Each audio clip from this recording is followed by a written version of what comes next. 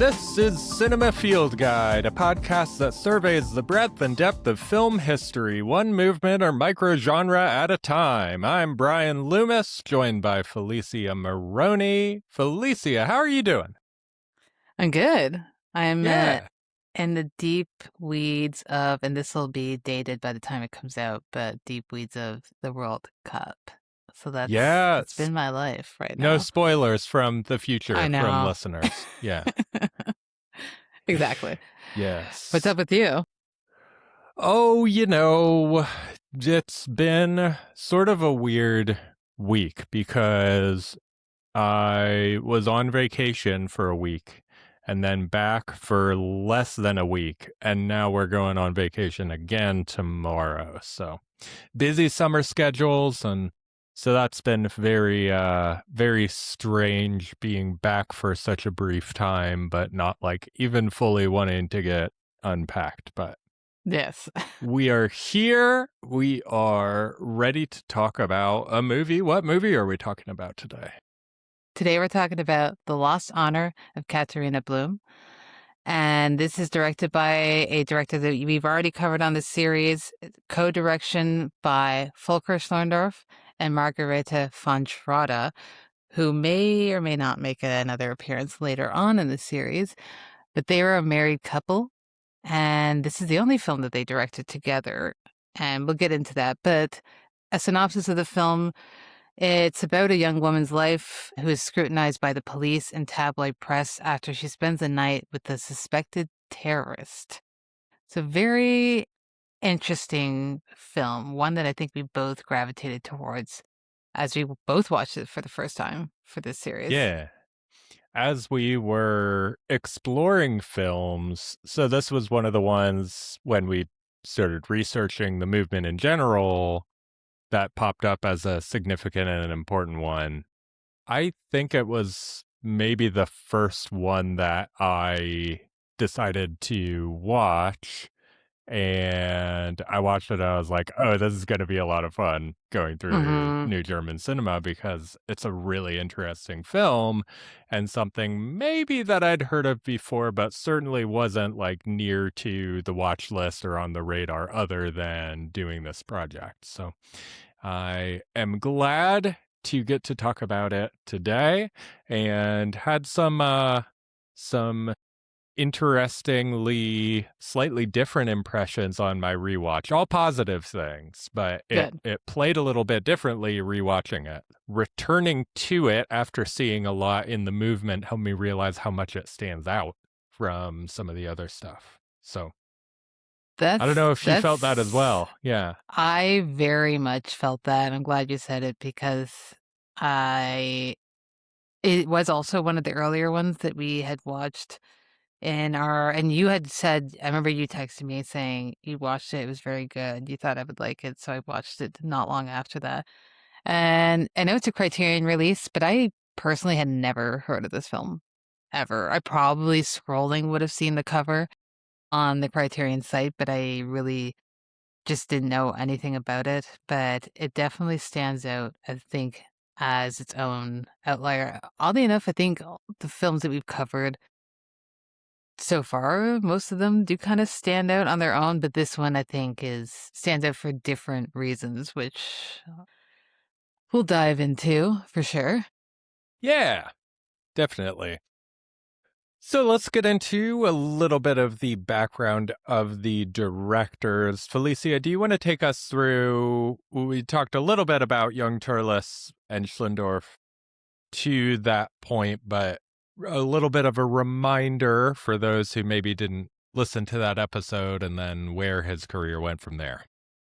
Yeah, for sure. I mean, definitely recommend you listen to that episode because we also recommend you watch that film because I definitely really liked it. So I think we have a great episode where we dive quite a bit deeper on Schlöndorff, but just a quick overview on him. He was a artist who is from Germany, but he spent a good chunk of his life in France. His family moved over there.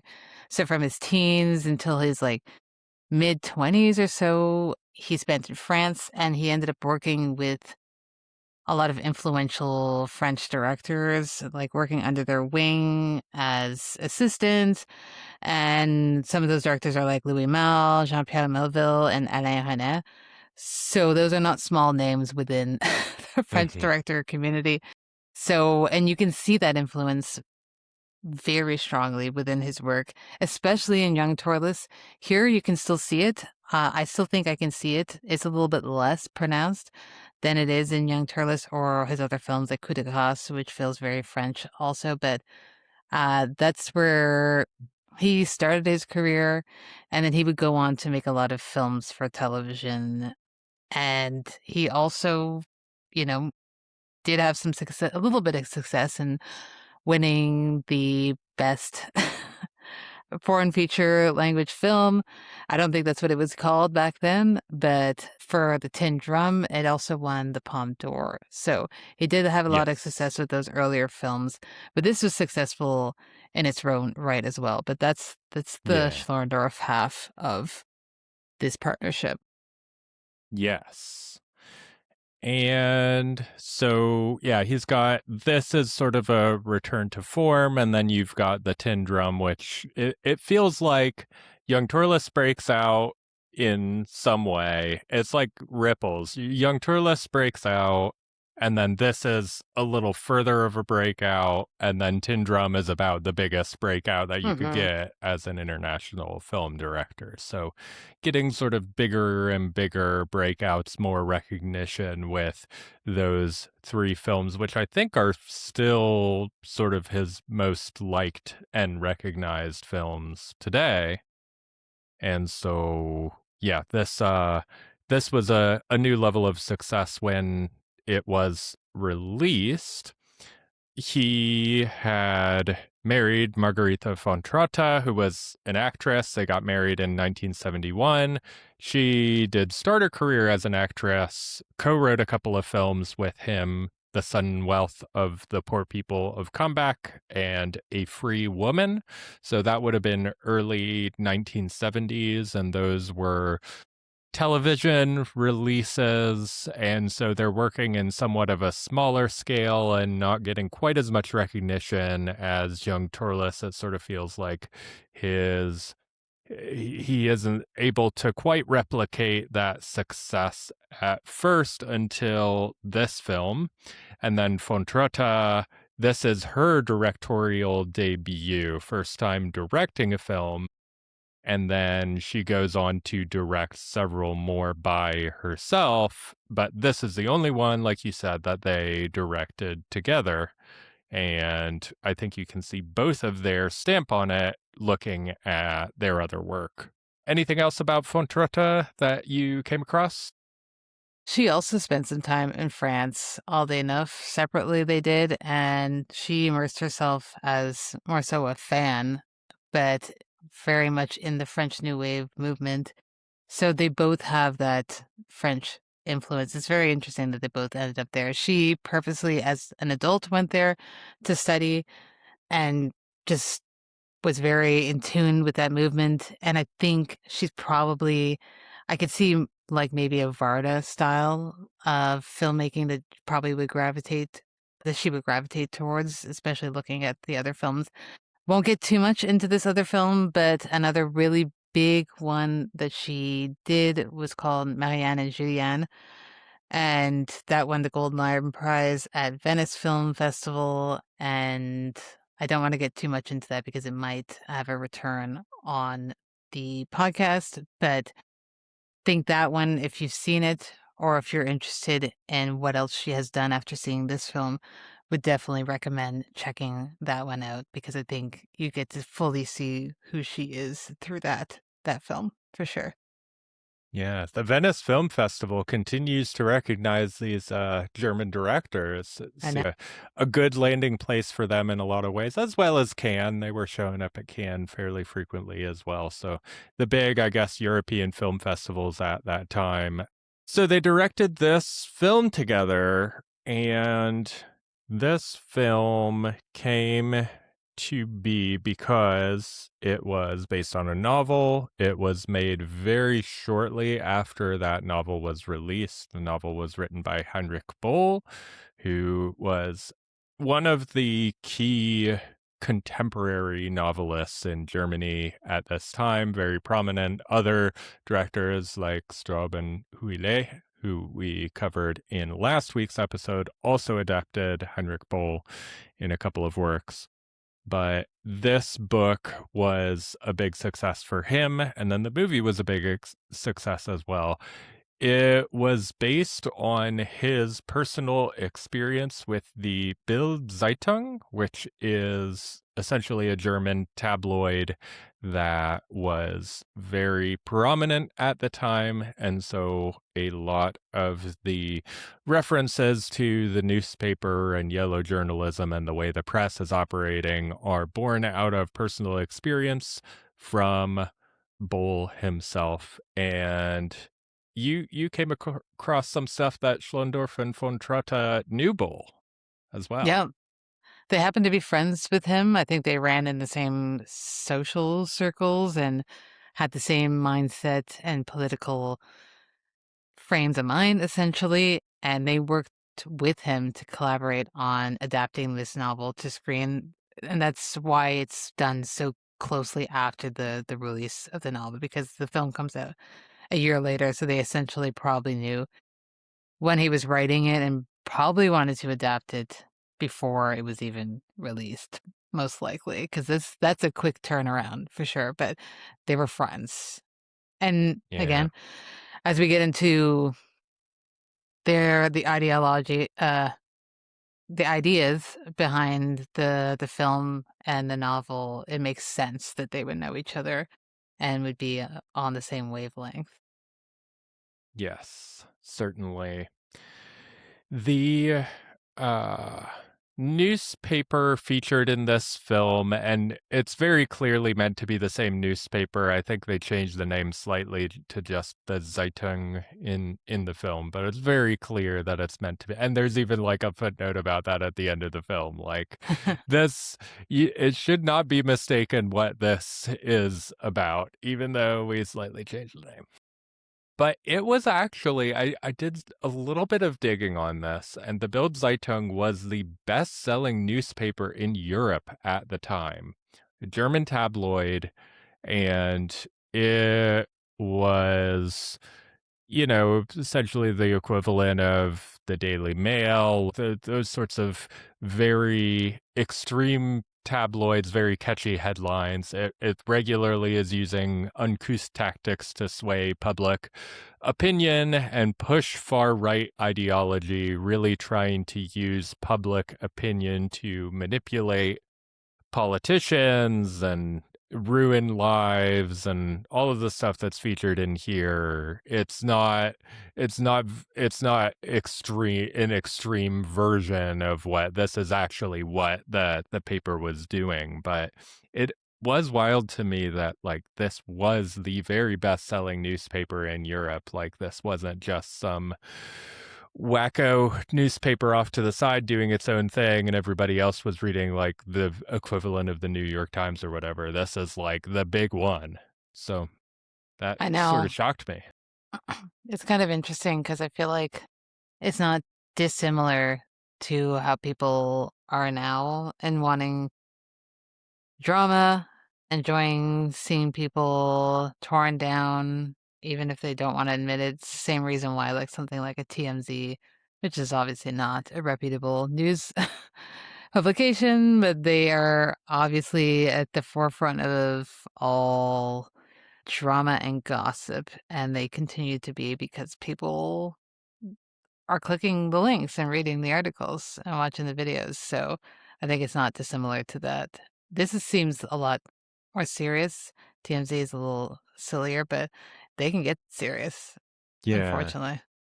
And the tactics used that you see in the film very similar to what you might expect from TMZ or their reputation. So they Yeah. are manipulating quotes, they are getting in people's faces to get a quote and not leaving them alone, all of that sort of stuff. And the film does not pull any punches with its criticism of that type of journalism. So I also think it's important to situate this in terms of the leftist politics in West Germany. The there was a student movement in the late 60s that was fairly leftist and pretty unified, just in sort of political activism. And then it fractured into separate groups, more extreme revolutionary groups. The RAF, Red Army faction, was conducting underground action like bank robberies and bombings in the early 1970s. So that's sort of the furthest left of the groups that it fractured into. And some other groups that came out of the student movement more went into organized policy and might be more associated with like a liberal movement of like, we're going to change this from the inside. And so the student movement is sort of over by this point, and there are several different groups that sort of grew out of it. And the Bild Zeitung in this time is regularly going on witch hunts, especially for anybody associated with the Red Army faction. They are doing all of the sorts of things that are featured in here, ruining anybody's lives who's even associated with the Red Army faction, and trying to highlight that and push politicians to and law enforcement to arrest and prosecute anyone associated with these movements.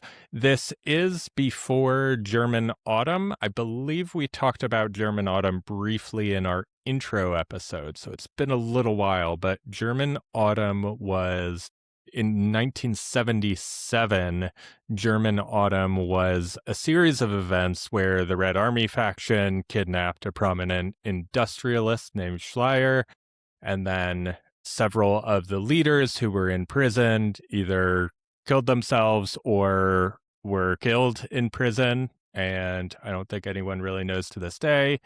And then Schleyer was then killed by the remaining Red Army faction members. So that's like where things really come to a head in terms of the Red Army faction. And so that hasn't happened yet, but they are active at this time and becoming a source of public opinion. And the Bild Zeitung is very much a part of that in this time. All right, well, let's get into the film itself here. Felicia, what did you notice about this film that you want to highlight or is important to understanding it? I think there's so much in this film that I definitely want to discuss and go through because I think there's a lot tonally that's very interesting. But I wanted to kind of start things off by saying, I think for me, why this seems like an outlier is because as I was watching it, I don't know how to say this without sounding like a dismissive, because it's not. I think it's a plus and I think it's fantastic, but it kind of reminded me a lot of like an American political thriller. And I think it's easier to digest than maybe some of the other films that we've covered and might cover because narratively, it's not difficult to follow this film. I don't think you even really need to know too much about the history because I can't imagine most people watching this film are going deep and knowing the history. I think it's very easy to kind of get the gist and that, you know, this is at the core a portrayal of what the press does to people and how the police work alongside the press and how they treat the average person when they think that they are a quote unquote terrorist. And I think it's interesting having a woman in the lead because I do want to get into like the feminist side of this and having a woman perspective in this film. But I think that we don't often get films We do, but sometimes I'm thinking of something like Ace in the Hole, where it's like a ruthless portrayal of the press and how deep and dark they can get to get their story. This side, that side, we're watching, the press member do it. Now we're getting to see the flip side of how it affects the people that they're going after. And I think it's very interesting to see that side of things for because it's very rough to watch the way that she's talked to and she's treated by all of these people in power because it's the police, it's the press, it's lawyers, it's judges, and it's just other people in her life that are just dismissing her and do not believe a word that she's saying. Um, how do you feel about the way that the press and those people in power are being portrayed in this one? Yeah, it is pretty ruthless. It's not pulling any punches. It verges on satire at times. I think my first watch, I felt that it was a lot more satirical and almost like, there's a moment where the police are arresting Katharina and one of their guns goes off and everybody like Yeah. jumps and is scared and all of this stuff. So there are moments of humor and poking fun at the people who are doing this at times. And the portrayal of the Bild Zeitung can be very like arch and broad. But I think it struck me more as like, no, this is actually what was going on at the time. And this is less of a like Doctor Strangelove just making fun of them and more of trying to get to the truth of the matter. So it is a little bit satirical, and I think they are supposed to be the butt of the joke to some degree, but also I think it's not meant to be very far from the reality at the time. And I think the research confirmed that, like, this is not an exaggerated portrayal of the police and the press. These are actual tactics that are being used. No, I agree. I so on the second watch, so did you feel are you saying you felt it was less of a satire? Yeah, I think there are some moments and some area that are there, but I think it Mhm. a little bit more social critique than true Yeah, satire. It felt less arch the second time watching it. And I love a satire. I love that same. approach to it. I mean, there are satires that do go really big and hammy and ones that are pretty close to what the reality would be. So you don't need to be completely far away from reality to be a satire, but this does feel like it is trying to reveal some sort of truth around the situation that is happening rather than exaggerating to make a point. Because the thing about satire is that it's going further to reveal the logical endpoint of that type of thinking rather than going further in a way that like minimizes the actual reality of like, oh, this isn't as bad as it could be. It's going further to show, well, if you truly believed this or if you truly act like this, then this is the logical endpoint of where that ends up. So I think satires can work like that, but it feels like the truth of the direction, the truth of where this is going, and it's not going very much further than like the truth of the situation in Germany. Yeah, I definitely read it that way too, and I think it does such a great job at situating the audience and where they are without, like, getting into the nitty-gritty details. It kind of not that it glosses over things, but I don't think it's trying to turn this into, like, a docudrama of being like, Hmm. "I need to take you through the whole history." I think it understands that the audience is smart enough to understand somewhat of what is going on outside of just the press going after this woman for her involvement with this, who they're calling a terrorist. So yeah, I was shocked that, especially on the first watch of, being again early in our research, and for me at least, I was very new. I didn't know this much about what was going on in Germany at the time. So I thought it did a really good job. I think it does a better job for me Mhm. than Germany in Autumn, which Yeah, again, yeah. I respect the film, what it does and its significance, but that's a lot more dense and dry compared to this one. I think this one is fantastic from start to end. Mhm.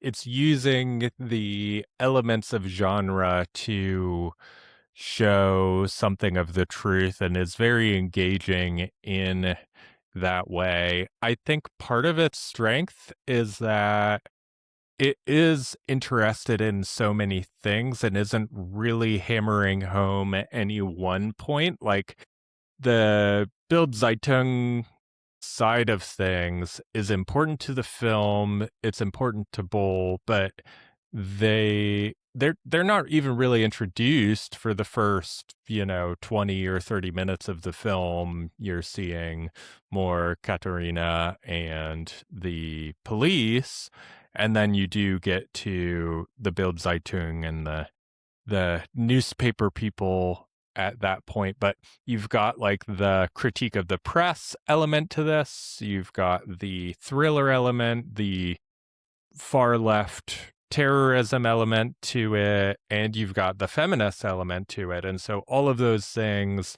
are stronger together in the way that the film is put together. Those different elements enhance each other in the way that the story is presented and make it a little less of like an overt message movie and something that has a lot of sides that you can pick at and find something valuable to. So I like that about it. And it's really elegant the way it's constructed to hit all of these things that are very topical in Germany and still get get to a deep place in each of them without just being about that one thing. I That was perfectly said. I fully agree on that. Yeah.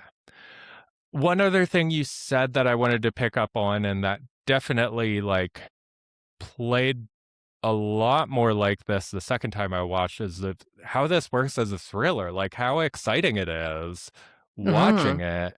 I I think I watched this on a plane the first time I watched it, so I was getting definitely like the satirical or social critique elements, but it wasn't very thrilling. And maybe and maybe it does stand out as a thriller because a lot of the films that we've been covering so far for the series are not thriller. They're not playing in that element of genre. They're more art house or austere. They are doing social critique, but they aren't playing in that. They aren't trying to generate excitement in the same way that this movie does. So I sat down to watch this week thinking, okay, another social critique movie. Let's do this. New German cinema. This is what it is. And I was like, wow, this is so much more exciting than the I other know. stuff that we've been watching. And that, that you don't need, and not every movie needs to be exciting, but I really like that aspect of it, that it is pretty like gripping throughout and paced in a way that's like very deliberate, but it reveals information at its own speed and gets to, a really exciting place. Yeah, I mean, I do love a slow film, but I also love a great political thriller, even if don't even know really what the history is. I think for me, like we said, the pacing in this movie is so good because even the first time I watched it, again going in blind, but knowing that you liked it, I didn't know that it was gonna be a thriller, so it actually threw me for a loop once I realized, "Oh, okay, this is the genre I'm in," and at this point wasn't expecting that from the movement because we just hadn't covered anything so far, or at least the ones that I'd seen prior to doing research. I None of them are really at least political thrillers like this. So I love that it kind of throws you in and doesn't give you too much information off the top, but as it progresses, you get the information that you need. It's very deliberate in the way that it delivers information to the audience. It never overloads people, but it also is not withholding. And I think I again, like you said, it is one of the outliers of this movement, and there's a reason why I think it was so financially successful also, because it's such a great watch, even if you don't I wonder, do you think that people would even know that this is from the New German Cinema movement, if they're even marginally familiar with it? I don't know. Yeah, I'm not sure. I think if you are familiar with like the politics, it fits in terms of the issues that it's interested in, perhaps. So Mhm. maybe in that sense, but not in terms of the style. It's very distinct and feels a lot more genre than a lot of the other stuff does. Yeah. No, I agree. You know, the film that I thought of because we had just talked about how Schlöndorff worked with Louis Malle is Mhm. Elevator to the Gallows, and the way that Yes. is paced and really exciting and has the exciting score. And so I thought of that. They did not work together. Schlöndorff worked with Malle later on in his career. It seems like 1960 on through maybe 1965, but he's got to have seen Elevator to the Gallows, and it caught my eye more as like, wow, this is exciting and an interesting tonal comparison. Melville also has some very, very thrilling films, but a little bit more focused on like process and visual than sort of the quick paced and Yes. moving along, giving you information as time goes on. There's also an element to this film of like a mystery puzzle box type of thing where it is giving you additional information. It withholds some information and then gives it to you over time of exactly what's going on and what Katharina's relationship with this guy is. So you get more information and hear the police ask her things that you then later find the answers to. And so it was very pleasing to me watching the second time, knowing sort of the answer, but seeing the inner workings of how the film was revealing that information over time. And I think it's smart in that when a film withholds information, I think it's important that that not be an artificial withholding from just the audience. Here, you're embedded really, it's almost that you're coming from the police's perspective at first, and you know about as much as they know, and then you start to inhabit the press's perspective, and then finally you're inhabiting Katharina's perspective towards the middle and end of the film and seeing her conversations with people that sort of give you the background of what's going on. So I like that. I like that the film does start with her and you see some of the evening before, but don't get a ton of the information that the film's going to give you later. I think it's really smart about how it structures it. I agree. I also, like you were saying, withholding the information, but also not fully, not leaving it fully open-ended, but slowly delivering the information. And yet, at least for myself, I was always on her side, even though I really didn't know what her side was for a lot of it. And I think really it is a testament to the performance. The actress who plays Katharina Blum, Angela Winkler, who was a fixture in German cinema. She did a few things with Fassbinder as well and other directors within the movement.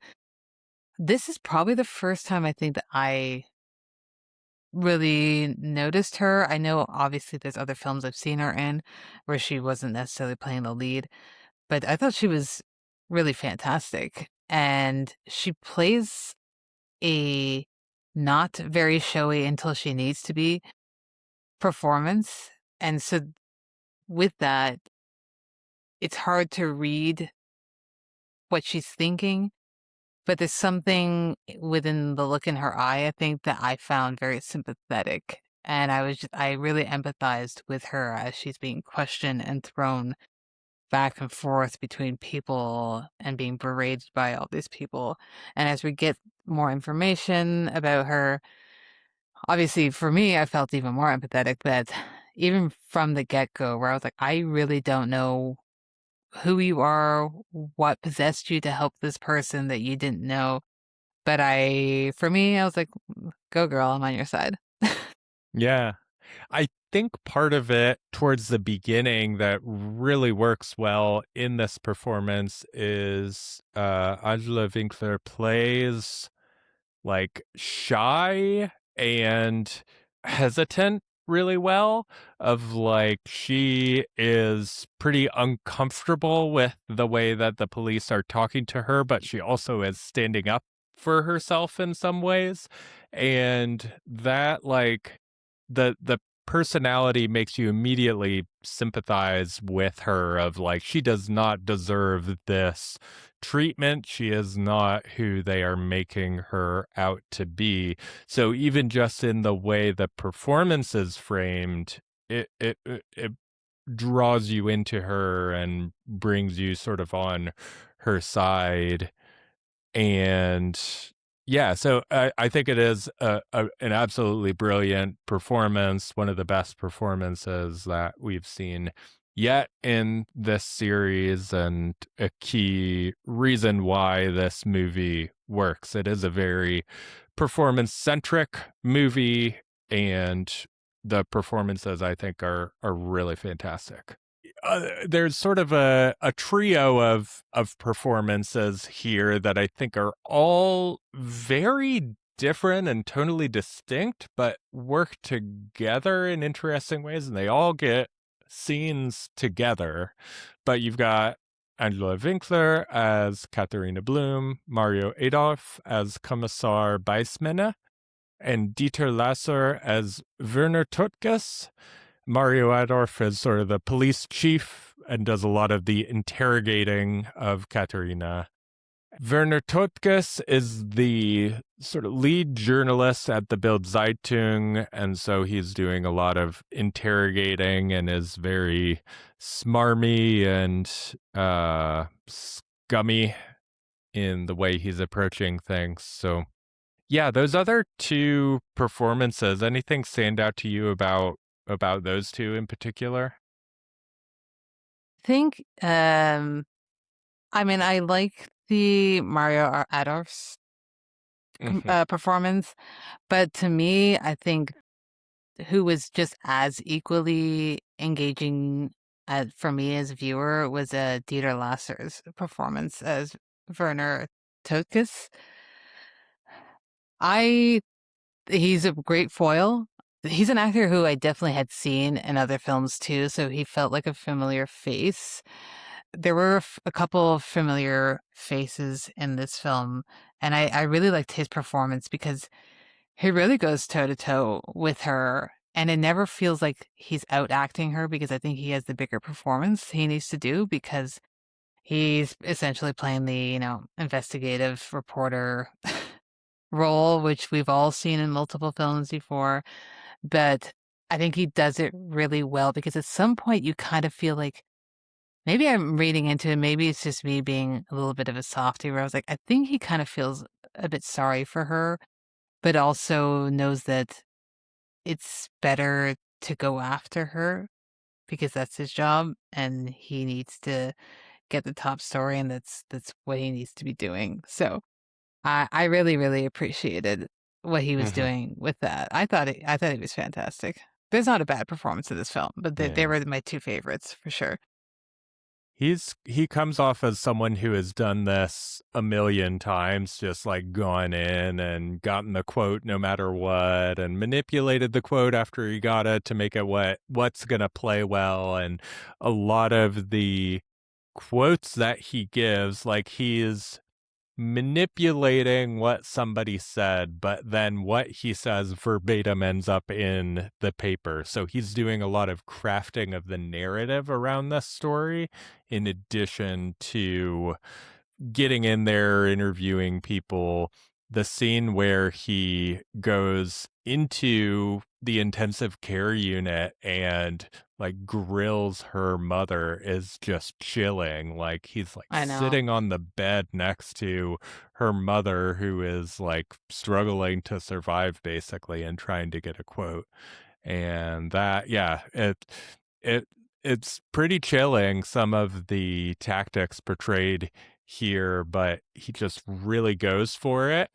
And then you've got Mario Adorf, the commissioner, who is very like seems very holier than thou and reminded me a lot of, the Yesterday Girl, the way that people are treating Alexandra Kluge in that movie. He's very, I'm in charge. I'm going to ask you these questions and interrogate you. And I don't trust you. I don't believe you, but I'm going to ask you anyway and get you to tell me the truth. So it does sort of feel like this. These are figures like a police chief and an investigative journalist that we're familiar with throughout cinema history, but we're usually like rooting for them. And so the film very clearly and efficiently sets up that these are not people that we want to be on the side of. I think from the early scenes, it's very clear like these are not the people that you are meant to identify with. These are people that are meant to be examined and questioned in terms of their morality and the way they go about their work. Cool. Well, Felicia, do you want to talk a little bit about the feminist perspective in this movie? Don't mind if I do. I love that we finally get something.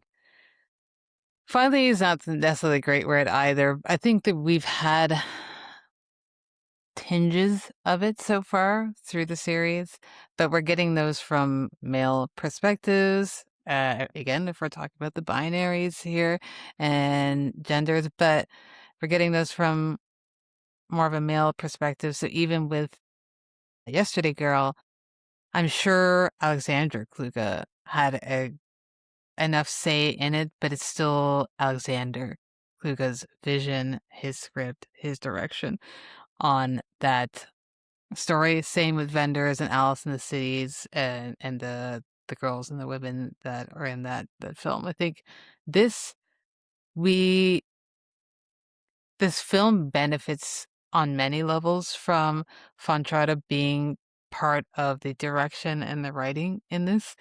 And I don't even think you need to necessarily do the research to get that, but it definitely helps to know what she ends up doing with her career and just who she was as a human being. But I think, like you said, you mentioned that, she has a shyness. Katerina has a shyness in this film as a start, but she definitely stands up for herself, which is not something many people probably could just do in general, but a lot of times you don't see when women are being accosted like that in a situation. I think often they're shown as freezing up as opposed to saying, I am not going to answer your question. I don't care. I'm just going to, these are my beliefs, and I'm going to make it through this on my terms, which is very refreshing to see. And I think the way that she's being interrogated and just treated by all these people in power just shows that this is, it is, again, as we mentioned, a pretty accurate portrayal of how the press is, but also how the press is to women. And we still see it today. It's not something that has gone away. And anyway, it's in some ways probably is worse because I think everyone has now access to being their own sort of journalist and having their opinions out there on people. So here, I think the idea that we have a woman who, again, we don't know too much about, and we slowly start to get information about her. Um, that idea and the way von Trotta portrays it is very interesting to me because I don't think it's her most outwardly feminist work, but I think sometimes something more subtle can be even more effective. I don't think this film works even remotely in the same way if we get a male lead, and I don't think it would be a bad film if it was a male lead. I just think it would be so completely different. Obviously, I don't know that they would tackle the romance part of it like that in this era. Maybe Fassbender would, but I don't know about the other directors.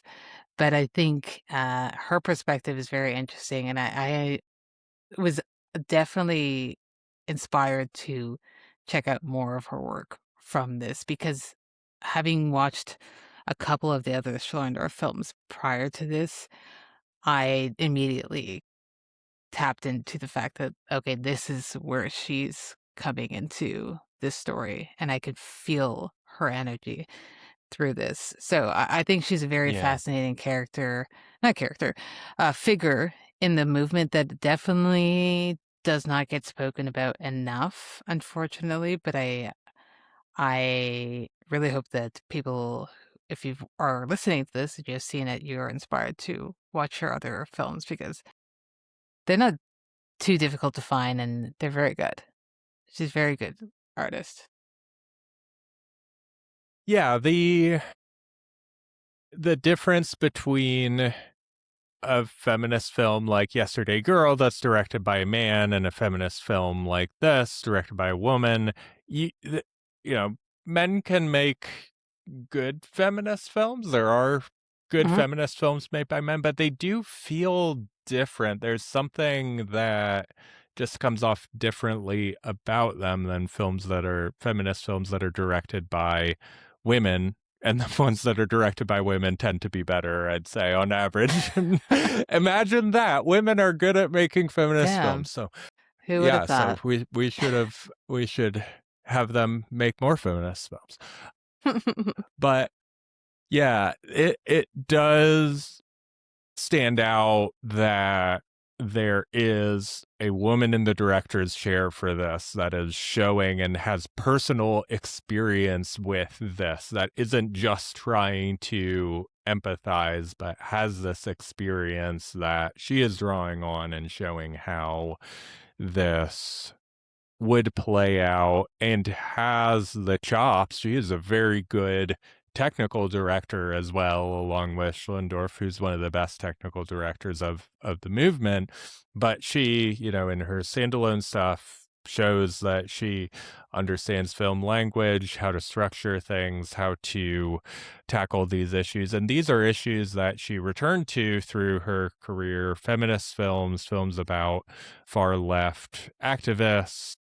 So this is definitely does feel like she's got a good amount of ownership of this film, and I get why, you know, she goes off on her own. I saw a little bit of, like, she really felt like she maybe didn't get enough credit for this film as Mhm. she deserved because Schlöndorff was the established director, and you can see watching her other films how much authorship she had here, while also seeing, like, I do see Schlöndorff's fingerprints on this as well, particularly in the tone, Yeah. maybe some of the thriller elements, the social critique and bordering on satire elements, I think, as well. I've seen him do in a couple other places, but yeah, they're definitely collaborating here, and I think their collaboration is what makes the film what it is. Like, you see the elements of each of their work that really add up to making this film probably I would say probably for me, this is the best thing that either of them did. And I think it's because they're bringing out elements in each other and using all of their strengths together to make this film what it is. Yeah. I think for me, one of the last things I'll say on it is that reading a lot of interviews with her because she is still around. She's still with us and giving interviews with a lot of film festival publications. And a lot of those journalists ask her how she feels about being viewed as a feminist filmmaker. And she's like, I've kind of always avoided that label, not because she didn't want to be seen as a feminist. It's more so that she knew, especially at the time, and even to an extent today, having that label kind of separates your films from others. She's like, I am a filmmaker who is a feminist. You're gonna watch the film and you're gonna you're gonna feel that from it.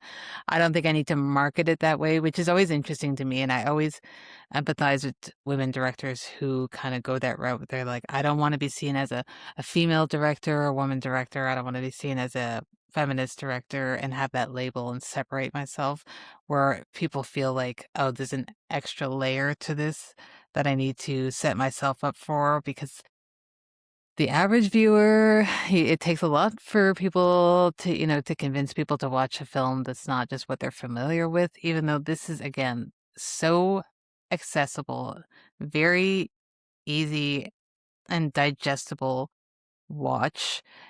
And if you're watching this and you have any level of intellect at all, you're going to get those themes from it. So I can see why, like, I don't think this film is even remotely marketed as like a feminist film at all, even during the research. Like, I think just us reading into things and reading interviews and our just own mindset, we gather those themes, but it's not marketed that way at all. And I can understand why they're avoiding that, maybe.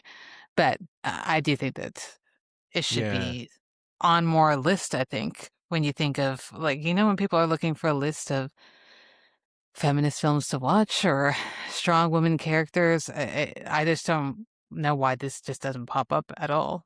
I think it needs to be on there. It should be. Yeah, I think that label of this is a feminist film, like, sort of puts it in a box of like, oh, well, there are all these feminist films over to the side instead of it's Mhm. like calling it a great feminist movie instead of just a great movie. It's like, well, why Yes. does it have to be like a great feminist movie? Why can't it just be a great movie? And it is a great movie. So you don't necessarily want that label on your film if you wanna play in the big pond, I guess, of all Yes. movies. So, I get that she wouldn't necessarily want that label on it and get shoved into this box of feminist films that people who aren't, you know, don't naturally gravitate towards seeking out feminist art, they're not gonna check this film out. It can serve as sort of an entry point into some of this stuff, I Mhm. think, in a lot of ways. So, Yeah. um, I think that's good. Well, I wasn't going to get into this, but we do have time. So, Felicia, I'm going to read you the end of Roger Ebert's review of this film, Okay. which I feel like he I'm really excited. misses the mark on this one. I Oh god. do. I grew up on Roger Ebert, so I have a soft spot. I like Roger Ebert Mhm. most of the Same. time, but I don't agree with. He gave a mixed review on this film, and he says the movie's character development is sensitive. All sorts of little touches are painted in without a big thing being made of them. But then the big important Heinrich Böll message comes marching along, and the essentially human story by Schlöndorff and von Trotta gets buried. Böll, still angry about his own experiences, has Katharina Blum take a gun and go looking for the yellow journalists. And this conclusion, while no doubt wonderfully satisfying as a daydream for Böll, doesn't really fit the film as as a whole. It's as if we've met a real person, a three-dimensional complicated woman, and then she's been programmed to act out somebody else's instructions. Too bad. In her concern for her mother, in her courage in the face of false accusations, in her outrage at the invasion of her privacy, Katharina Blum was quite adequate just as she was. That's how he ends the review. Wow. So I I I get where he's coming from, I Yeah. guess, in I I think you could make that same critique about other films, and I'd be like, "Absolutely, you're right," but I think it's a misreading of this film and that character arc of taking power. She's not entirely aligned, I wouldn't say, with Ludwig at the beginning of the film, but at the end, she's become radicalized by the events of the film, and I think that is it's reasonable given the things that we see in this film that she would go to these lengths and take this action and shoot this journalist. But what do you think? Does Ebert have a point? As it started off, I was like, I fully disagree. But then, Yeah. like you said, I do see where he's coming from. I think that sometimes he was very impatient if he probably was just not expecting that Mhm. ending, and he most likely thought that was out of left field. I didn't question it as I was watching it because I think I was just as frustrated as she was. I don't know that I would necessarily take those actions, but I could see Yeah. why she might because, at this rate, I think she sort of becomes a bit of a martyr for the cause. And I personally like the ending. Again, sort of see where he's coming from, but I think he just sometimes he was Yeah. impatient with Yeah. films.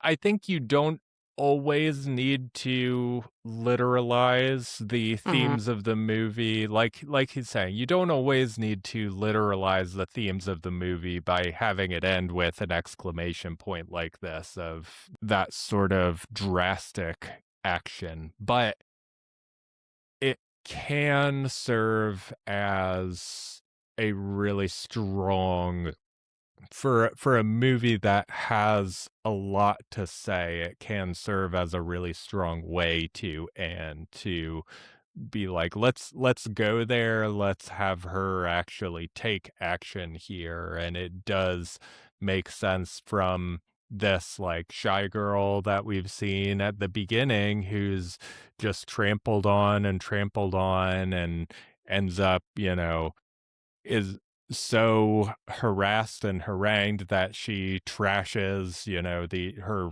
apartment, and it she's getting angry, and she has reason to get angry, and she has reason to take these actions. Like if we truly understand her character, then I think it does make sense the direction that this goes. So, and it doesn't to me negate the sensitive development that's been going on throughout the movie. Like those things still are important pieces of the tapestry and aren't like he seems to think it's like ruined by the ending of like, no, you had the subtle point you were trying to make and then you went and ruined it, and it doesn't really feel like that to me. No, So I don't see that either. Again, I think, like you said, in other films and other hands, it definitely could have gone that route where you're like, okay, now you're driving it. Did you not think I was smart enough to get it? But I don't think that's what they're doing here. I think they're taking out a frustration yeah. and a frustration that Katerina had, and I don't know. I'm fully in line with the ending. Yeah. I think it is emotionally satisfying as a Mhm. viewer as well for this really scummy investigative journalist to like that there is some sort of comeuppance for Yes. this terrible character. And then the funeral scene at the end, I feel like is really strong as well in showing how like you can take action, but then everybody is gonna, like, rally around this person and say, "Oh, the freedom of the press has been, disrupted," and all of this stuff, and so it, I think, ends on a really strong point as well with going to that funeral and showing how then someone like that is gonna be valorized. So, yeah, I think it's good. I think it's a good ending, but No. respectfully disagree with Ebert, um, on I have this a one. few of those that I disagree with, but I usually am somewhat in line with him. Yeah, All right. Well, let's talk a little bit about how the film is important to New German cinema as a whole. So, how do you feel like this film is important to what New German cinema is doing? This is like a really big moment within the movement because at this rate, now we've pushed past the earlier works where they're just starting to get their early funding and those directors are testing out new waters and discovering who they are as filmmakers, but also pushing the boundaries of what German film and cinema was at the time. Now people are more established. There are some bigger name directors who are like well known even outside of the movement. So, the 1974-75 era of New German cinema, along with this film, we also get Herzog's The Enigma of Caspar Hauser, which is a fantastic film, and Fassbinder's Ali Fear Eats the Soul, which is really one of his most prolific films, and they both win really big prizes at Cannes. And this film itself, in the intro episode that we did, we listed off a few films. I know those two were within this bracket, but that were just financially successful, not only domestically but internationally in the box office. And financial success doesn't always, mean that much in the long run, Mhm. but it was a big deal because a lot of those films within the movement up until then were not making money. They were getting, festival approval, critic approval, and cinephile approval, but they weren't making any money back from those films. They were just making that was also the benefit of the movement and getting the funding that they didn't need to make the money back, which is fantastic. But Yeah. these ones were actually being successful and being seen outside of those festival runs, which really is a huge deal because every year we know as film watchers, there's only a couple of films that make it outside of the festival run that are not American films. There's a couple that'll break through and are the talk of the year, and that's it. Meanwhile, the festivals has like 100 movies playing that people just don't really talk about. So this was one of them, which is kind of wild because I think again, it's still not really spoken about too much nowadays, which is unfortunate, but it's not dissimilar to a lot of the films that we're covering. Yeah, this one, I think if this was like a Herzog film or a Fassbinder film, it'd be a lot more seen and recognized, but Yes. because it doesn't have one of their names associated with it, it hasn't been seen quite as much, but it deserves to be. And it was like a bigger hit at the time than anything that Herzog or Fassbinder had produced to that point.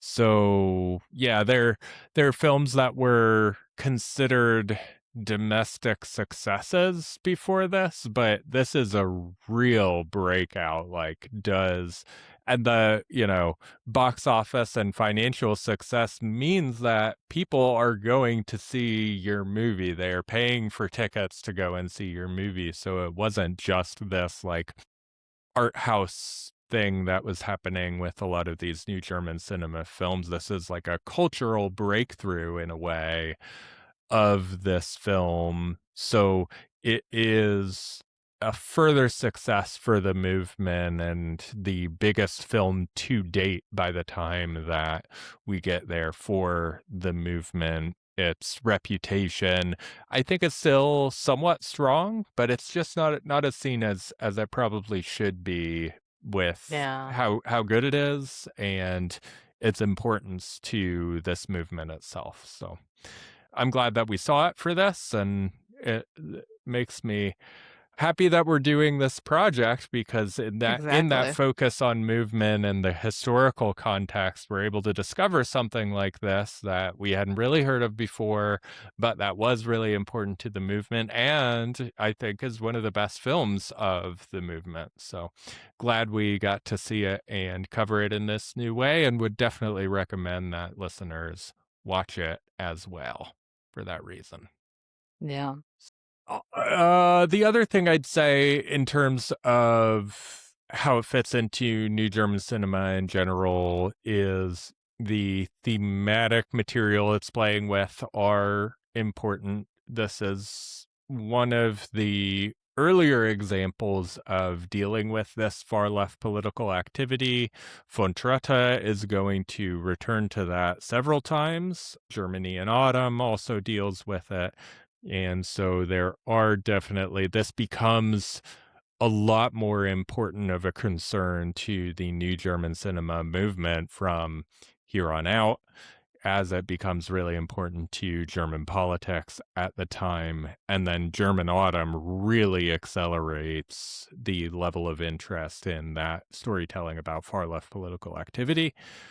And then also getting more female directors involved in the movement. I know I've seen several things from female directors, you have as well, but it's really like from this point on that a lot of them start to make films in the movement. So you want to talk a little bit about some of those directors that make films from here on out and the importance of these female directors from here on in the movement?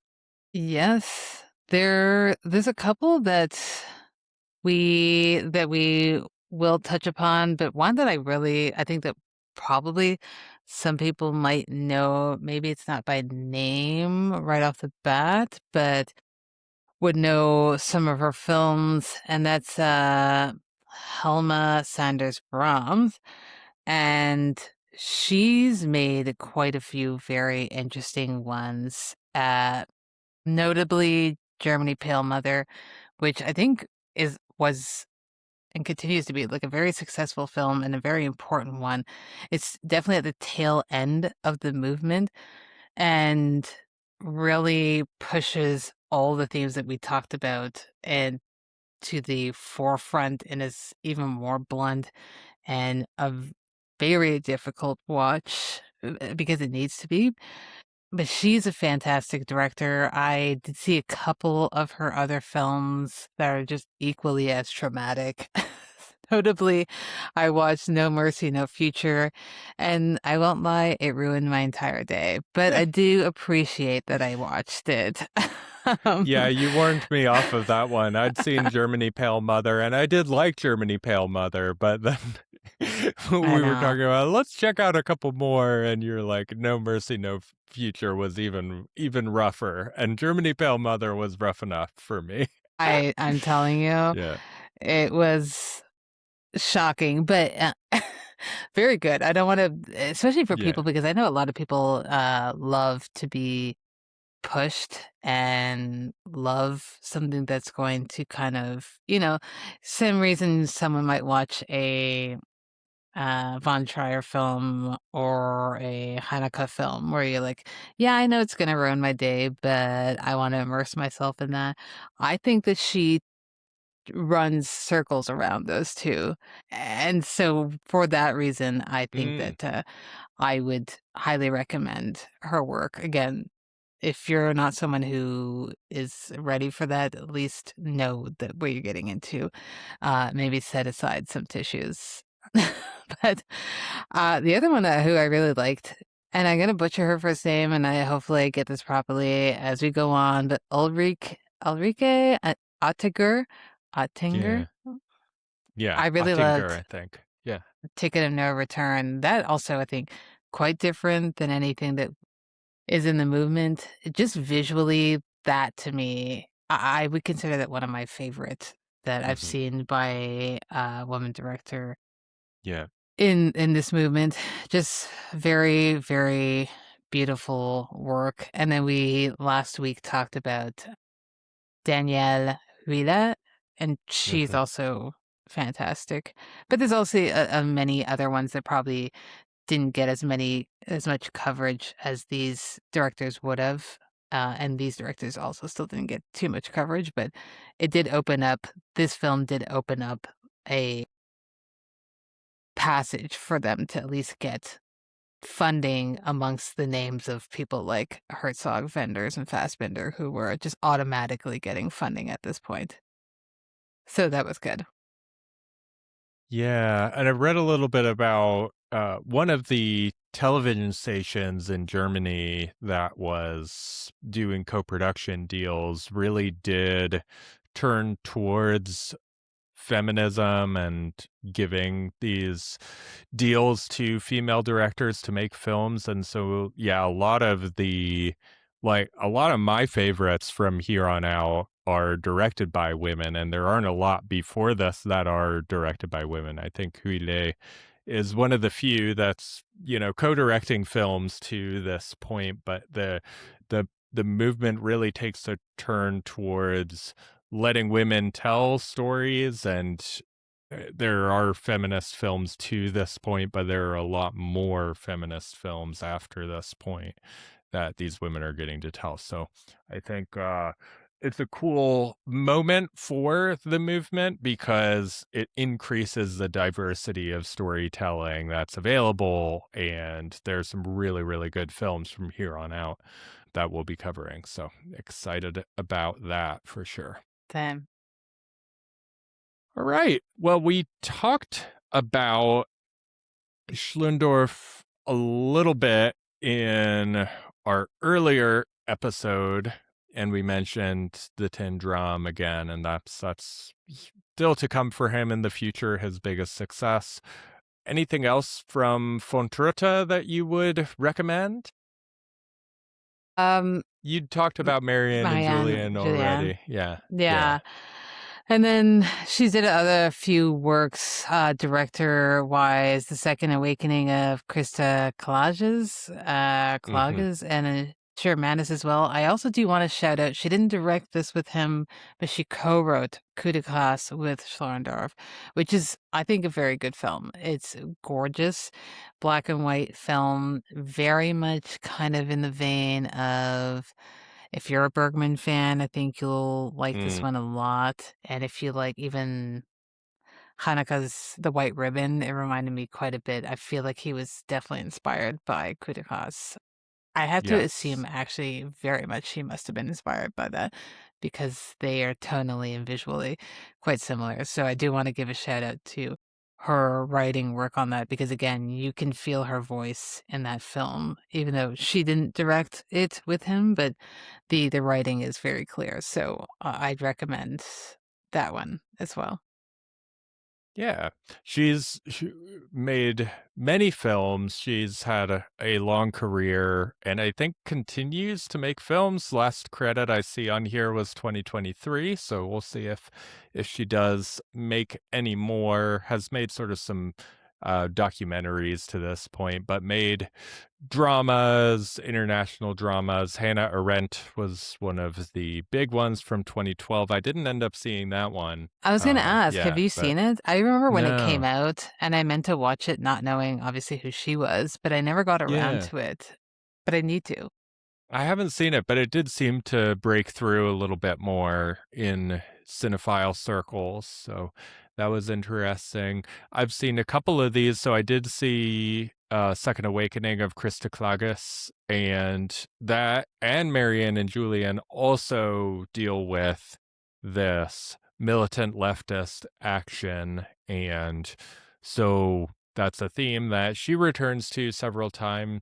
Sheer Madness, she repartners with Angela Winkler, and it also stars hero of New German cinema Hannah Schigula, and it's Mhm. like the two of them and their ongoing friendship while Winkler is sort of oppressed by her husband and maybe going a little bit crazy, or maybe he just thinks she's crazy, or whatever. So interesting film, also feminist film. Doesn't deal with militant leftist action in that one, but if you want more Angela Winkler partnering with von Trotta, it is worth watching for that as well. And Hannah Schigula, also always charming, always great. This was made in Sure. 1984, so they're a little bit more middle-aged at this point, the two of them, and they're definitely allowed to be middle-aged. They're not like playing people in their 20s. It is a story of like middle-aged women, which I always like seeing older women portrayed in film, and not being forced to be, the young woman. So I like that as well. Yep. And cinematography by Michael Ballhaus. So you really can't go wrong. He's one of the best DOPs Oh. in the business. What else has he done that I My would know? gosh, Yeah. so many Fassbinders. Petra von Kant, Beware of a Holy Whore.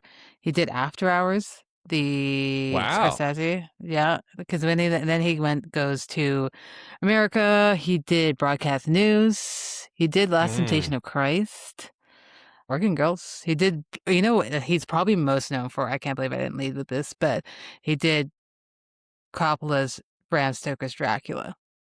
Oh, I that's know. fun. So you're in good hands. Those are some well He's shot films fantastic. right there. Yeah. I know. Well He's shot so films good. right there. Love him. That's cool. All right. Well, we're going to share a double feature for this film that is not from the New German Cinema Movement. Felicia, what do you have for us today? Well, I thought of going American with this one because I was obviously thinking political thrillers, but then The Conformist popped into my head. Bernardo Bertolucci. This one is from 1970s, so it's a couple years before this film comes out. But because And I went European political thriller because I just feel like this film, Katharina Blum, is very European in the way it operates, and I just feel like these two would mix well. Of just kind of throwing you into a political situation where it's not just watching people talk politics or be immersed in it. You're kind of following a character where you don't fully know what's going on with him and where he stands, and you're following him along, and he kind of is in place of the audience where he is kind of bumbling a little bit along. Not that Katharina Bloom is bumbling along, but she's also kind of like being thrown into a situation that she would never have been in the day before that she was in the Right. situation.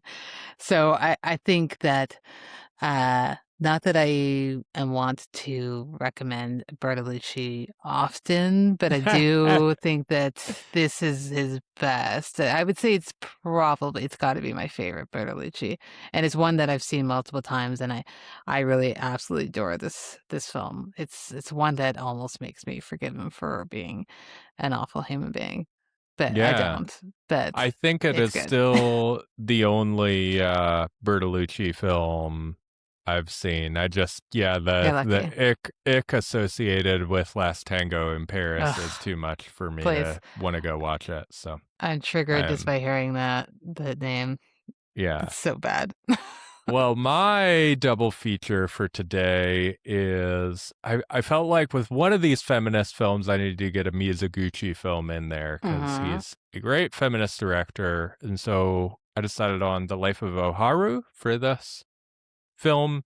I think it is similar in the way that it's examining a lot of the systems and how the systems that society has set up can oppress women in different ways. It's a little bit more sequential, like she's dealing with situation after situation after situation, and they're all different. Katharina Blum is a little bit more entangled with all of the systems and taking place over a short period of time. Life of Oharu takes place over a whole life, so a very long period of time, but I think somewhat similar approaches, and their characters remind me a little bit of each other and sort of perhaps the shyness at first. Oharu doesn't end the movie quite as shy as she might begin the movie, but yeah, I think that it's a great film and one that came to mind for an interesting pair for this. This has been on my list for so long because I still haven't seen it, but seeing it and you talk about it has reminded me I need to bump it up because just looking at the cast, I- you can't go wrong with also having Toshiro Mifune in a film. I feel like you're in good hands. Oh, definitely. Yep. Love Mizuguchi, great filmmaker, especially his output there in the 50s is almost entirely masterpieces, and he's one of those sort of classics of Japanese cinema, along with lesser known than Ozu or Kurosawa, but makes really Mm. good, really compelling films as well. So definitely worth a filmography worth checking out, and maybe the most, I don't know if he's more feminist than Ozu necessarily, but he might be. He's pretty. He definitely he's more period piece centric than Ozu certainly, but definitely interested in women and how they were oppressed by sort of these systems in ancient Japan. So it's and how that might have relevance today. So great director. Mm. Love that. All right. Well, where can people find the podcast, Felicia? Well, we do have a lovely website and it's easy for you to find. It's cinemafieldguide.com. And we're on the socials. We have an Instagram, Twitter/X, and Blue Sky. These are all under the Cinema Field Guide handle.